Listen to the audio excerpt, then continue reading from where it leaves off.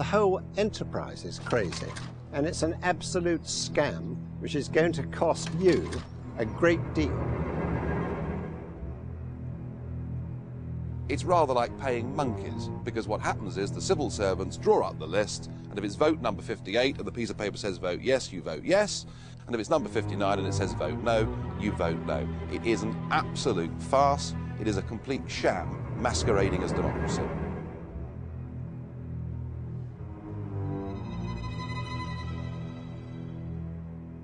You should not be mistaken. It's very, very strong forces are working towards this federal state.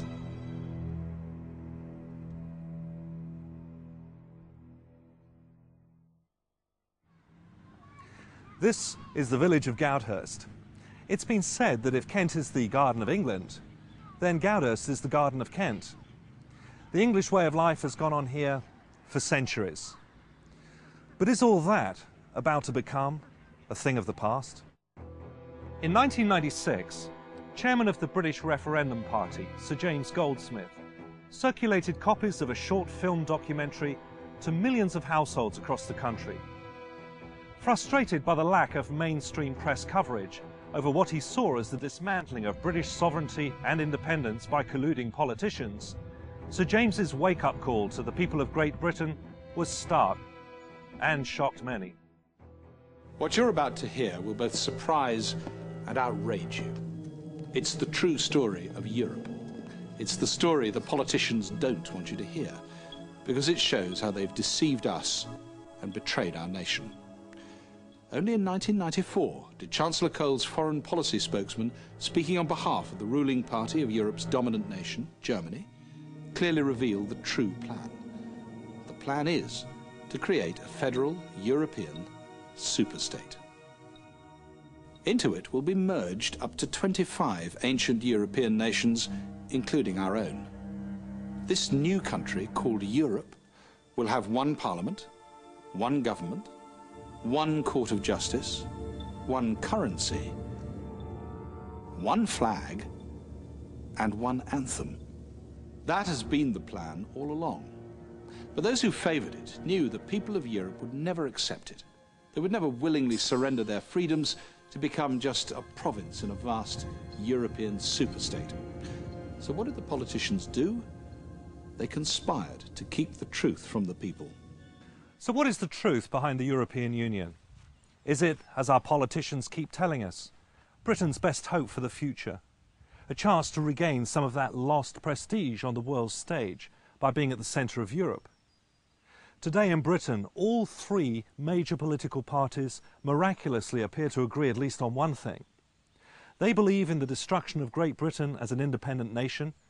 They believe an integrated Europe makes sense, that it is the modern, forward-thinking way to go, that it would prevent any chance of a third European war. Unfortunately, nothing could be further from the truth.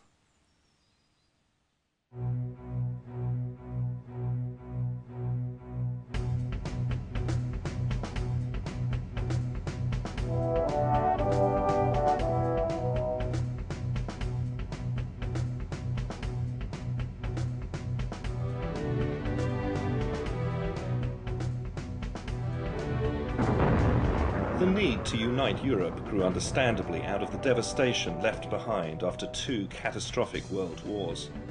Of all the empires, it was perhaps the Nazis who came closest to pulling off the military conquest and occupation of Europe in recent times. In June 1940, Hermann Göring, Reich Marshal of the German Luftwaffe, reviews final plans for Operation Sea Lion, the German invasion of Great Britain. He also discusses with Hitler a new plan to unite Europe, not just under the conquering hammer of Blitzkrieg, but through a lasting political and economic union, which the Nazis named Europäische Wirtschaftsgemeinschaft, or the European Economic Community. In 1942, a conference is held in Berlin to discuss this political and economic integration of Europe. Of all the nations targeted, Britain has proved the wild card because she alone has successfully resisted invasion. Rising to his feet at the conference, Nazi economist Professor Horst Jecht of Berlin University firmly declares that Britain is the greatest obstacle to Germany fulfilling her historic aim of dominating Europe.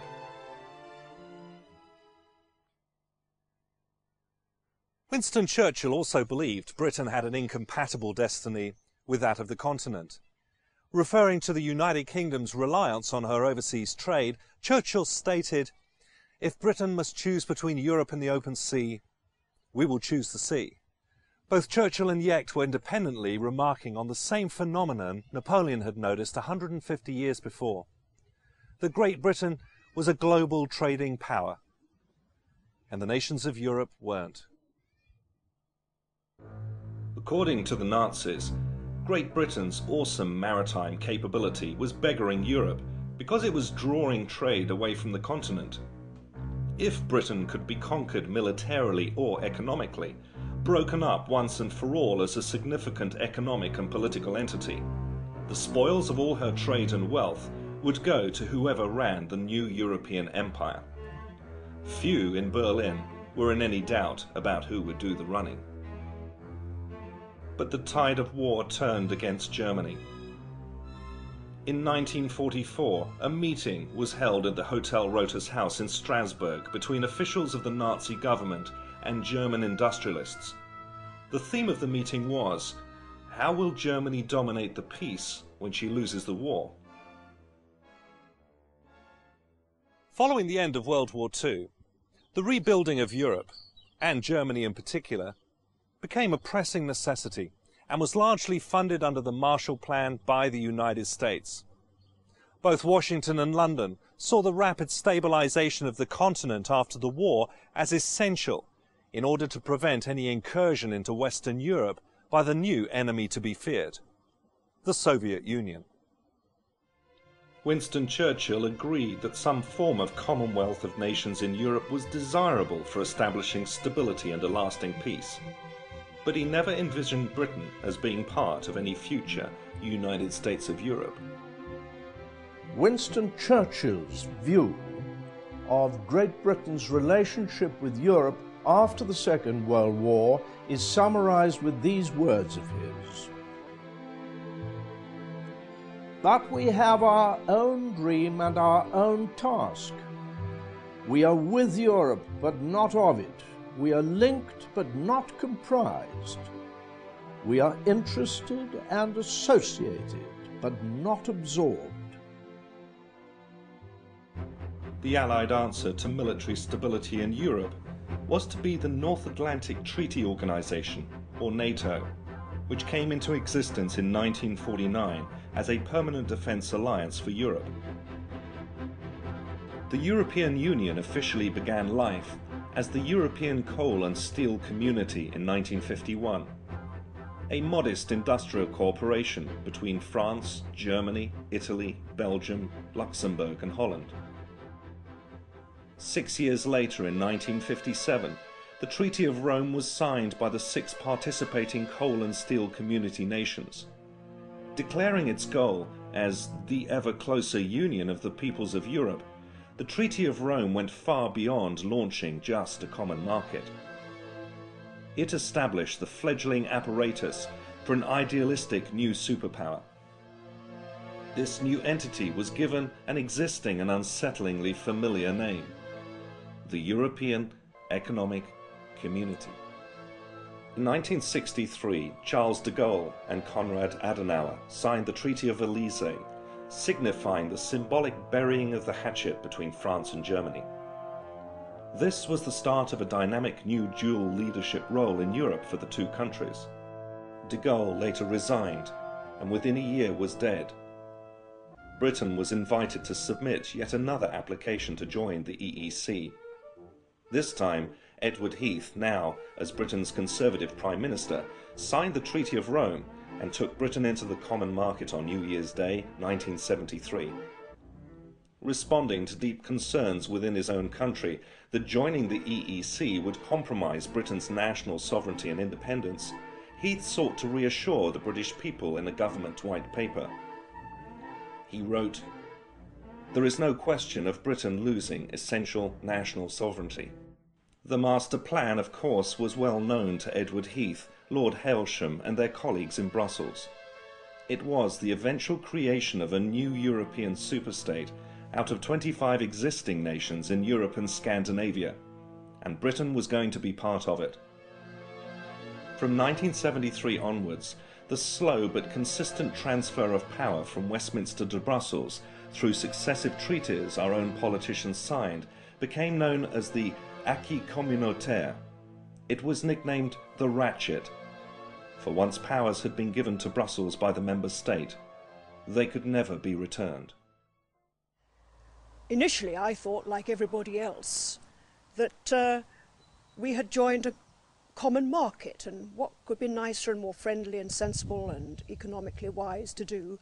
But since then, in 1975, when we had the vote to remain in that, so we were told, it's become one or two things further than just a common market. It then became, a few years later, a European Economic Community, then a European Community. It's now the European Union, with all sorts of controls and restrictions, regulations, and we're fast approaching, via this new constitution, something that the French have already named potentially a United States of Europe. And I'm not at all sure that that's what I and many others voted to join back in 1975. Say in 75 we signed up for a social trade agreement, and it's the people who've let the governments, successive governments, gradually vote away our democratic rights. This government has no right to sign us up to the Constitution without the will of the people, but we need the will of the people to stop it. It's no use coming down in 5 years' time, we've signed up to it, we can't get out of it, and the people say, well, we don't want it. It's up to the people of the day to say no.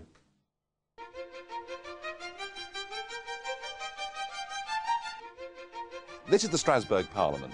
It was built in 1999 at a cost of £300 million. It is open for only 4 days every month. What happens at the end of that 4 days is we load our offices into tin boxes, and then lorries arrive downstairs and drive the whole lot nearly 300 miles up to Brussels, where the boxes are unpacked for the next 3 weeks when we're supposed to be there, and then it's all brought back again. This whole process of shifting the administration and the staff from one home to another is costing the European taxpayer over €100 million a year. It is the biggest scam in human history. We're not talking about billions of pounds, we're talking about trillions of pounds. Why a country which has been independent for 900 or more years would ever wish to involve itself in such political chicanery and nonsense as something which defies anyone who is sane. And only now have we got just about 14 or 15 months before they rivet on us a pan-European constitution which would be superior to our own splendid constitution, one which is the pride of the world and pioneered the way for sensible living. And here we are giving it all away. The political aim is to develop the framework for a real European Union constitution, and in my opinion this means building up a European federal state. In black and white, the draft constitution wording confirms Brussels will exercise competence and primacy over member states' own laws. For the British, this will mean being stripped of any remaining independence, losing control over our foreign policy and armed forces, the handing over of our legal system and law enforcement to the European Union, the scrapping of the pound sterling to be replaced by the euro, the handing over of our remaining currency and gold reserves to the European Central Bank, and the total regulation of British domestic and international trade by the European Union. Coincidentally or otherwise, the European goal of dominating Britain, unfinished business going back centuries, will have been accomplished.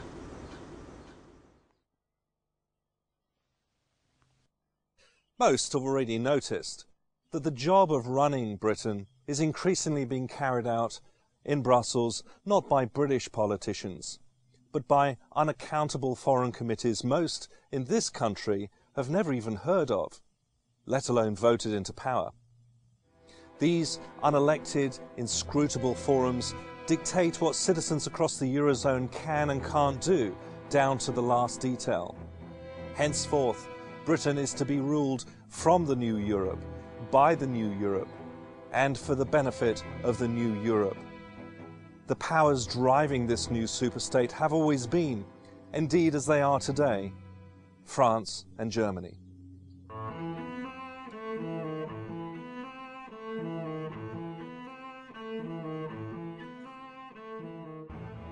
Lindsay Jenkins worked as a senior civil servant in the British Ministry of Defence for almost 10 years and spent a further 10 working for British and American investment banks in the City of London.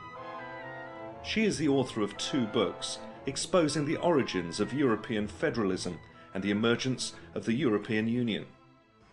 Today, over 80%, that is 80%, of everything that goes through the House of Commons and the House of Lords merely rubber stamps Brussels, and there is an awful lot of it. We have recently celebrated, if that is the right word, our 40,000th directive from Brussels. And having attacked central government, now Brussels is attacking our local government structure.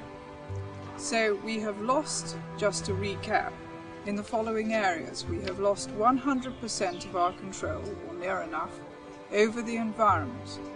The British scenery, countryside, everything that comprises environment, including health and safety regulations, absolutely everything.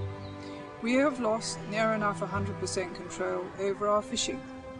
We have lost 100% control over our farming. And we have lost 100% control over our trade policy. And that last is of particular significance when you consider that Britain is the 4th largest economy in the world, and we do more trade per head of population than any other country in the world by far.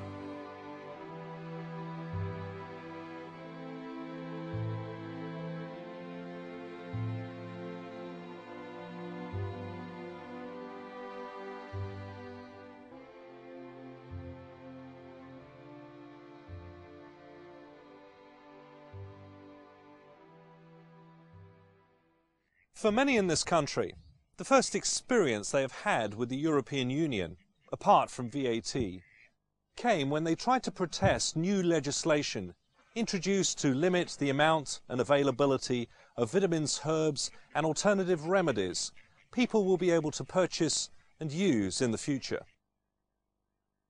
The UK has always enjoyed a very open market. Products have been allowed on the market if they're safe, period. There's not been any restrictions on the dosage or the type of product so long as it's safe and poses no risk to public health.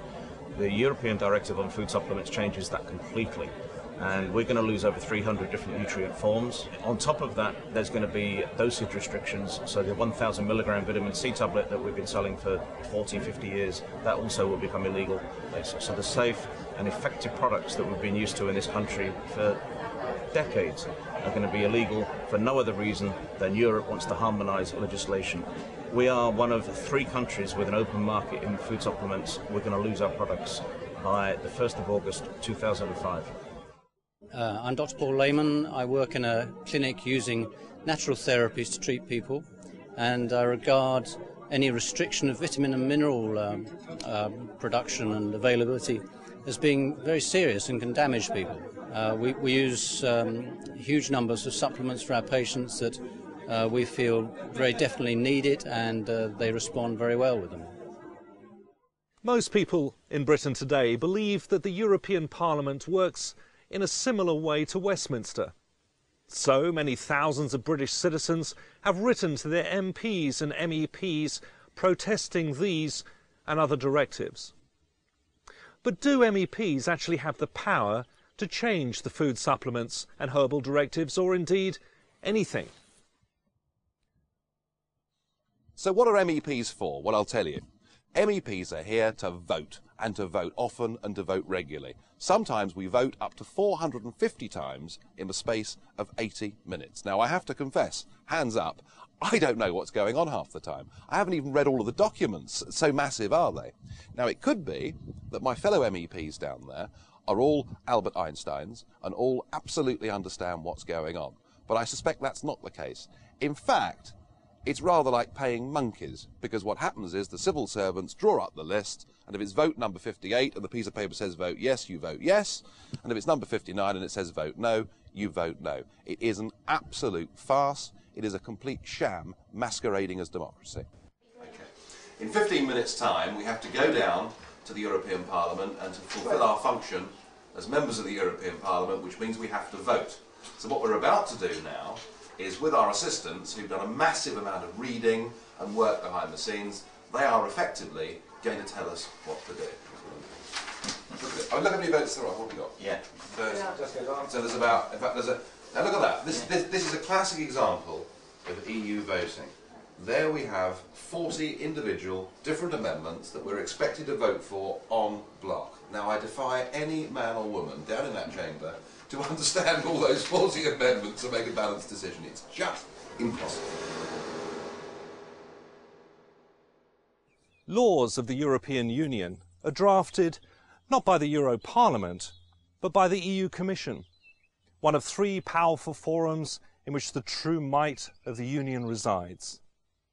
Members of these forums are not elected to their positions, nor, we are told, will they ever be. When cornered, politicians and public servants routinely tell the British that the EU is just a trading partnership. Yet, underneath the surface, a different picture has emerged. In 2001, a market trader was convicted for selling a pound of bananas weighed using British imperial measures instead of grams and kilos. British District Judge Morgan, in passing judgment upon the hapless metric martyr, stated, "We are now living under a new legal order. The 1972 European Communities Act was a one-off, not an ordinary treaty, but a new way of life. These are new constitutional powers. The British Parliament surrendered its sovereignty in 1972. European laws have overriding force with priority over our British laws. The articles on the supremacy of the British Parliament are now only of historical perspective. They are non-binding." We asked constitutional expert John Bingley whether our politicians were entitled to abandon the rule of law by handing over the powers of British governments to a foreign power. The answer is simple: no. We have much written constitution which is not really fully appreciated in this country. And these documents, the Bill of Rights and Declaration of Rights, along with Magna Carta and many other legal instruments, make it quite plain that allegiance is owed to the Queen, and that allegiance is returned by her through the contract of her coronation oath to the people. And that is not something which may be broken, and our politicians are not entitled to break their oaths of office. It follows, therefore, that no government, with or without a popular mandate, may transfer sovereignty on a temporary or permanent basis to a foreign power that owes no allegiance to the British Crown and is unaccountable to the British people. The new European justice system currently being introduced into the UK is known as Corpus Juris, literally body of law. Corpus Juris is designed completely and permanently to overhaul the British justice system and will include the following: the scrapping of trial by jury. Henceforth you will face a state-appointed judge who will pronounce you guilty or not guilty. The scrapping of habeas corpus. You are liable to summary arrest without charge. Under Corpus Juris, you can be detained without charge or any evidence being presented against you for up to 9 months. The scrapping of innocent until proven guilty. Henceforth, a citizen must prove his innocence against the combined machinery of the state. The scrapping of double jeopardy, or not being tried for the same offence twice. Under EU sanction, Jack Straw, while Home Secretary, gave prosecutors leave to appeal not guilty verdicts if desired. Technically, this could be done repeatedly until the required conviction is secured. The scrapping of non-disclosure. Henceforth, under corpus juris, any previous convictions you have will be made available to the court before your trial begins. There is no presumption of innocence. The French system, or the continental system broadly, the droit administratif, places everything, the subject of the foreign or continental countries, have no rights at all. An Englishman has full liberty, except under the due restriction of law. Under the droit administratif, you have no rights except those that are allowed to you by the state. This fundamental difference is very important because it's now leading, with the takeover of the EU situation, we are now leading to a state whereby we too will come under the droit administratif. And this will stop us having a right to trial by jury. And that in itself is a back door to a dictatorial arrangement. The officials themselves, we learn, and we only learn it step by step, have total immunity from everything. That is, from the criminal law throughout the member states. They seem to have extraordinary powers, but as I say, nobody knows quite what. Then, gradually, incrementally, they acquire extra powers. They acquire powers to look at terrorism. What they are precisely, we're not quite sure. They also have powers to look at fraud. What they are, we're not quite sure. For centuries, it has been the British citizen's most basic right to vote in 100% of the members of Parliament who govern their country, or alternatively vote them all out and sack them if they don't perform. For instance, the basic principle that one Westminster Parliament can always change what the past Parliament did. That's the core of democracy, that you can elect a new Parliament and then you can have a new law. This core doesn't exist in the EU, and it doesn't exist with the constitution we are building now. As more and more EU-sanctioned taxation hits the British taxpayer, from local council tax increases to higher national insurance levies, how many even appreciate the true price of what European Union membership has actually cost Britain? People don't realise that the cost to Britain is £1.3 million per hour, every day, every year. And the way that figure will go is upwards, not downwards. We every year give them a nice big fat Christmas cake, costing billions of pounds, and they decide how many crumbs they're going to give us back. They don't flannel me, but unfortunately are flanneling a lot of people in this country. The Europeans have far higher levels of taxation. There'll be VAT, can you believe it, on food. There'll be VAT on house purchase. There'll be VAT on public transport. There'll be VAT on children's clothing. There'll be VAT on funerals. There's no limit to the greed of the bureaucrat. And the other point, of course, is the sheer financial point, that this place is thick with institutional corruption. You could now buy a cheap airline ticket to come to Strasbourg for about £45 return.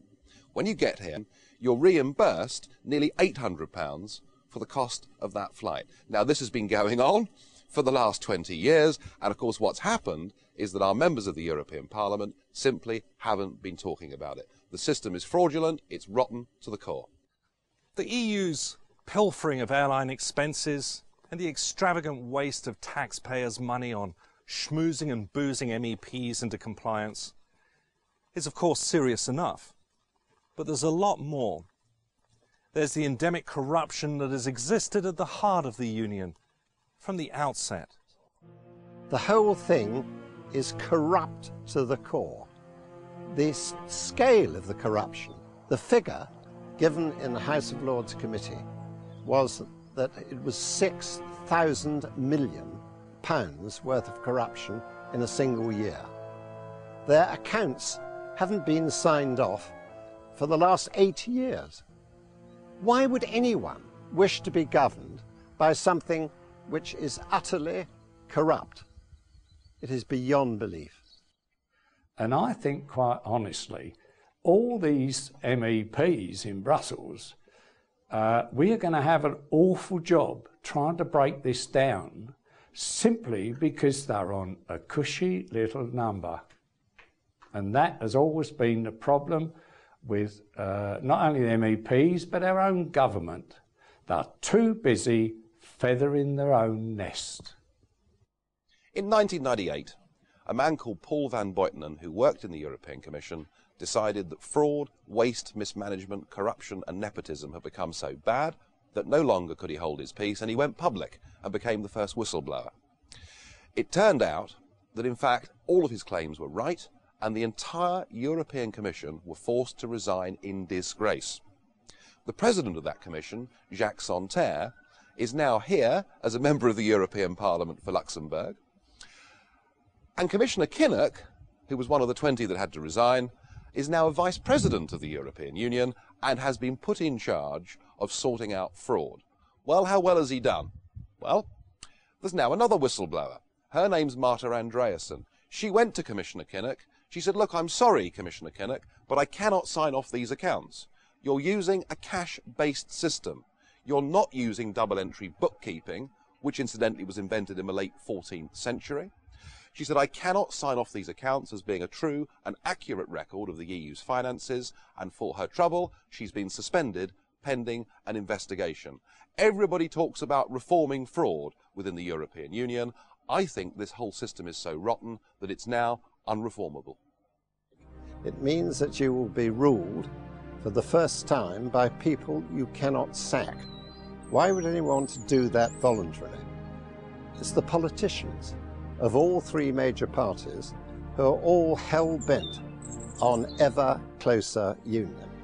Ever closer union, in fact, means ever closer strangulation.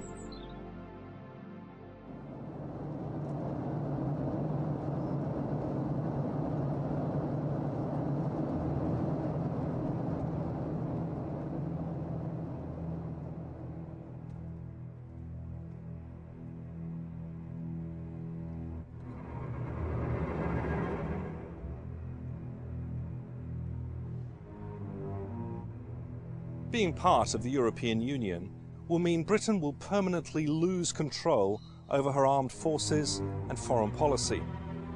The new European army, so enthusiastically pushed by France and Germany, in effect threatens NATO, the organisation that has kept peace in Europe for the past 50 years. They can use our armed forces, the Crown forces, the Army, the Navy and the Air Force, in the European Rapid Reaction Force. And imagine our forces being under the command of some perhaps French or German general. And then there's the euro. Joining it will be irreversible, according to Hans Tietmeyer, former president of the German Bundesbank. Monetary union is a path of no return, he states. No subsequent revision or withdrawal of any kind is either legally or politically provided for.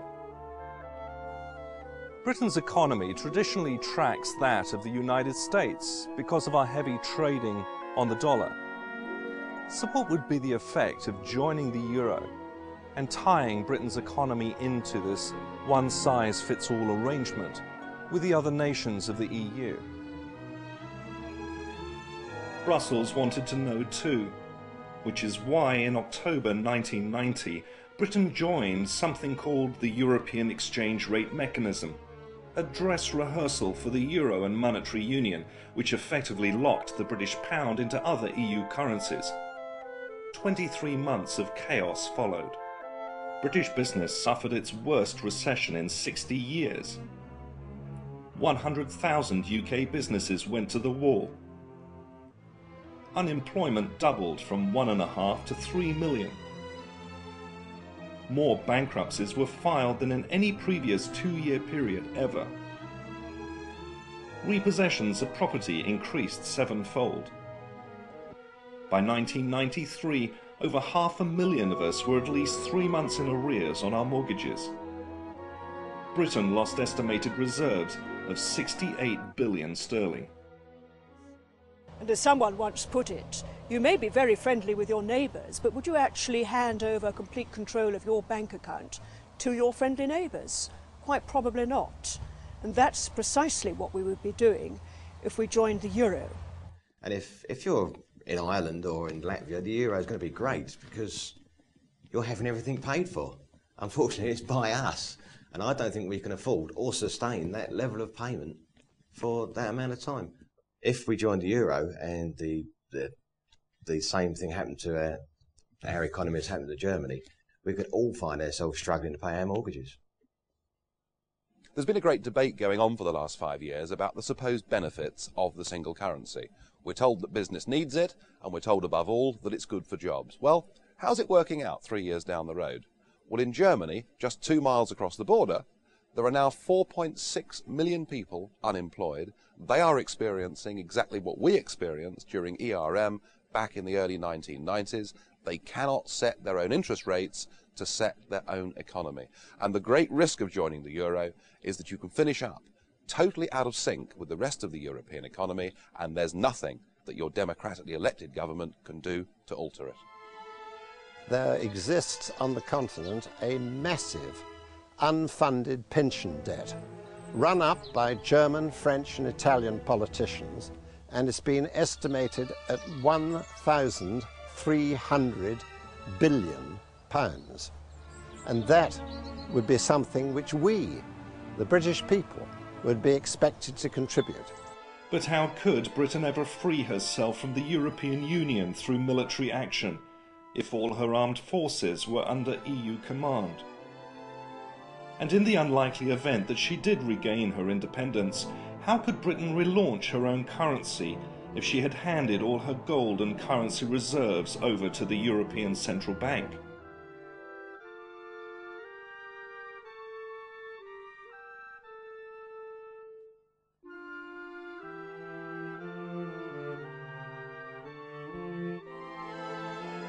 And the question that you can ask our ministers is, how is it that they have sworn oaths of office that say that they will defend all jurisdictions and authorities belonging to Her Majesty against all foreign powers, and then they give away those powers of governance, or are purporting to give away those powers of governance, to those that owe no allegiance to this crown?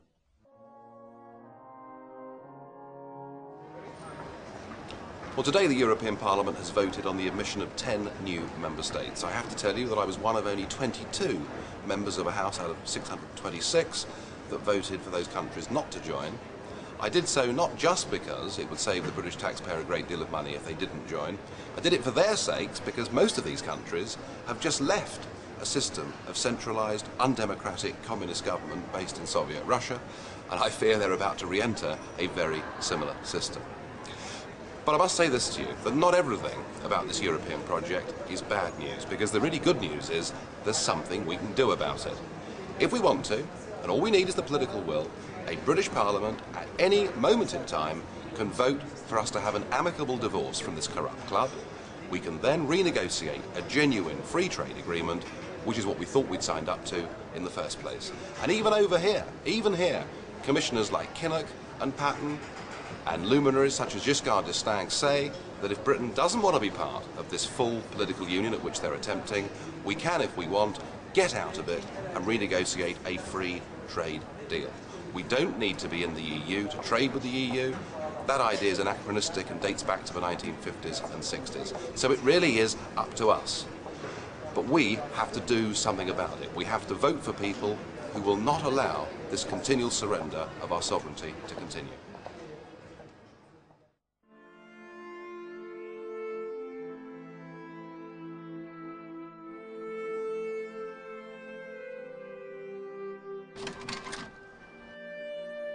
If we don't do something about it in the next couple of years, it's goodbye democracy and everything which we've fought for centuries. Time is running out. I think Britain joining the EU contradicts the British Constitution and the common law.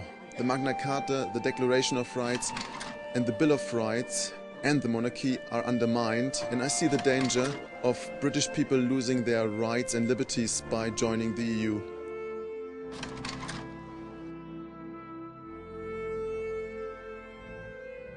A police force with diplomatic immunity is an affront to democracy, it is highly dangerous, and basically the politicians of the member nations of the EU have given away the rights and the civil liberties of their citizens. It follows, therefore, that no government, with or without a popular mandate, may transfer sovereignty on a temporary or permanent basis to a foreign power that owes no allegiance to the British Crown and is unaccountable to the British people. So I say, if you want to turn your democracy into a European federation without the British having any definite say on your own laws, then you make a historical mistake.